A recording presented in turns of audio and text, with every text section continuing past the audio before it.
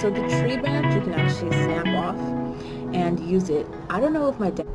Hello everyone, welcome back to my channel. Today is going to be a medical astrology reading for this past new moon in Leo. I don't know if you guys just felt like an overwhelming revitalization and invigoration whenever you wake up in the morning ever since Leo season kicked in. I don't know about you, but that's been the truth for me, and it's been great. It's been great.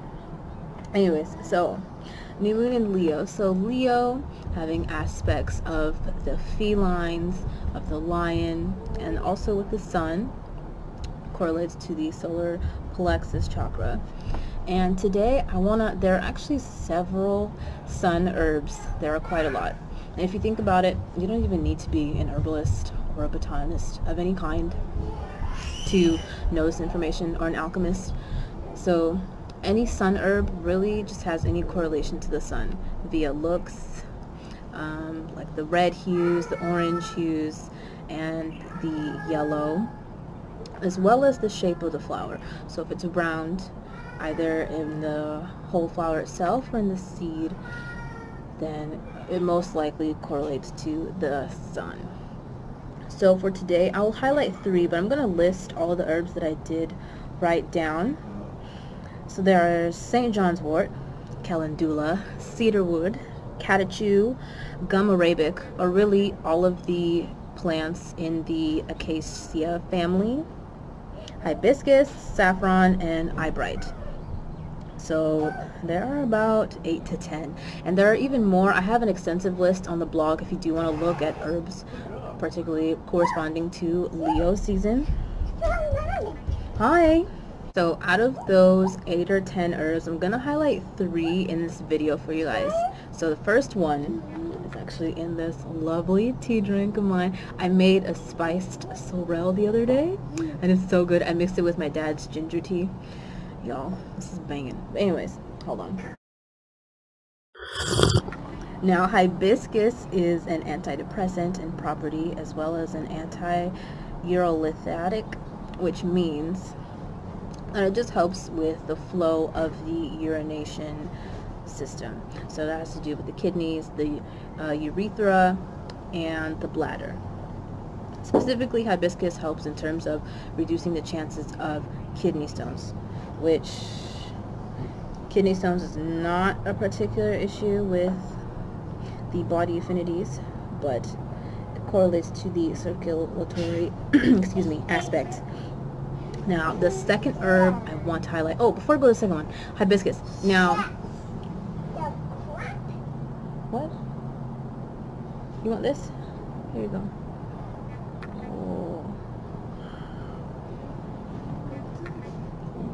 Now, hibiscus, there are different variations to the hue of the flower, but most commonly consumed is the red variety. So red is very rich in antioxidants, particularly dealing with the flavonoids and the polyphenols. Right, so the second herb I want to highlight is cedarwood. Now you can use either the bark or the essential oil. The essential oil is more readily available to anyone and everyone. So cedarwood, it has that warm woodsy scent, and it really helps you feel calm and centered. And that's not only just a feeling, that is actually a property of the cedarwood. So it's very centering and grounding. Now, since cedarwood is very centering and grounding, it also helps with boosting your self-esteem and the way you look at yourself, quite literally. So you can use it actually to rub on your upper temples or directly on your solar plexus to help encourage your self-confidence and your self-esteem.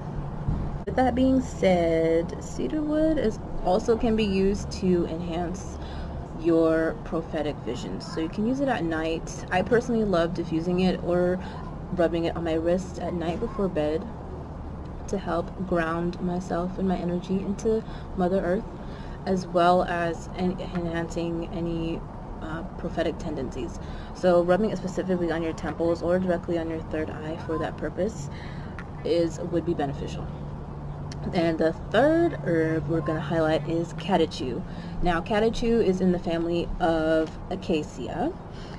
So its properties include it's an astringent, and let's see, in traditional medicinal practices, it has been used to treat bleeding gums, sore throat, and diarrhea, as well as any upper respiratory inflammation. And it pairs very well with cinnamon, which is also a sun herb or sun spice, and myrrh, as well as witch hazel. So, and this bark you can find either on online shops, or if you live in a tropical area, you might find it wildly growing. So the tree branch you can actually snap off and use it. I don't know if my dad actually, if this was the tree that he was referring to, because he mentioned growing up he would brush his teeth with a twig, and I don't know if he reached for a certain twig. I'd have to ask him. Alright, but it basically, catechu, people like to use it. They'll just break a twig off and use it and chew on it to refresh their breath, and also help with brushing their teeth and keeping their mouth orally clean. Now, this aspect also correlates to circulation in regards to the body affinity. Now, if you know, the mouth is directly connected to the heart. There are a few illnesses that if you have a bad oral hygiene, it can negatively impact your heart. So that's important to note. So catechu is the last one. Now, I'll just go over other body affinities that weren't covered with those 3 herbs. So the other ones include, now since it's the sun, it's really just your overall body. Specifically highlighting your eyes, because that's where we see everything. It's like it's where we perceive everything, our reality. So just the overall body, specifically the eyes, the spinal cord, which is very important, correlates also to the nervous system. The nervous system isn't really impacted. I didn't see that.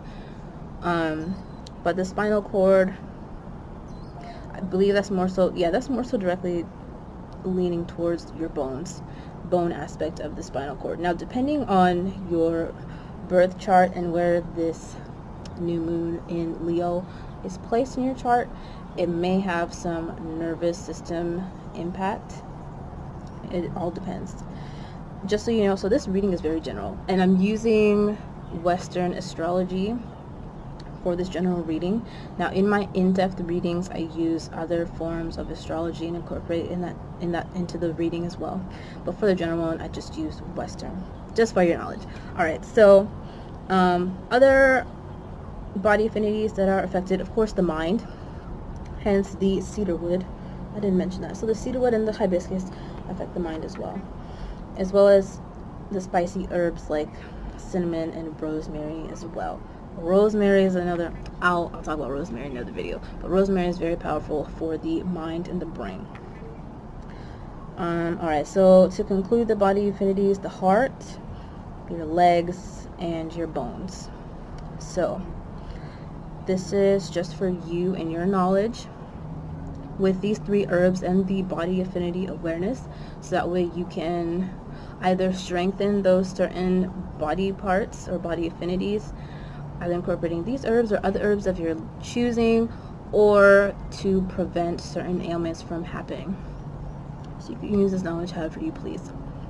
Lastly, I want to highlight a couple crystals. So I know I only chose 2. Now there are of course other ones. Now this will also depend on how you resonate with different crystals. These are just very generic recommendations. So carnelian I recommend because it has to do with the familial and relational aspect of your life, which corresponds to Leo. You know, Leo is all about putting yourself out there, being your best self, making yourself known, as well as networking and making connections, building relationships. So using this stone, carnelian, can help you with that. Now the hematite aspect is more so enhances more so the grounding aspect of yourself, as well as giving you self-confidence. Alright, so that covers this medical astrology reading for the beginning of this month. Now I do feel, I'm not too sure how the outlook for the rest of the year will look like in terms of these readings. I do have a feeling they're going to be very similar just because of the Chiron in Aries aspect that's going on right now. And I will make a video, so look out for a video. I will talk in depth more about Chiron, because for the rest of this year, the Chiron placement in your natal chart will have a lot to do with your health for the rest of this year and for next year as well. So I'll make a separate video about that. However, I'm yet to look at how the rest of the new moons and full moons will look like. So once I look into that, that will determine how often I will do these videos. Alright, so that concludes this video. Let me know in the comments what herbs you are incorporating, herbs and spices really, that you are incorporating or that you're going to incorporate for this month. And I'll be posting an elixir recipe on Facebook later on this week. Alright, that is all for you guys today. Hope you enjoyed this video, and I'll catch you later. Bye for now.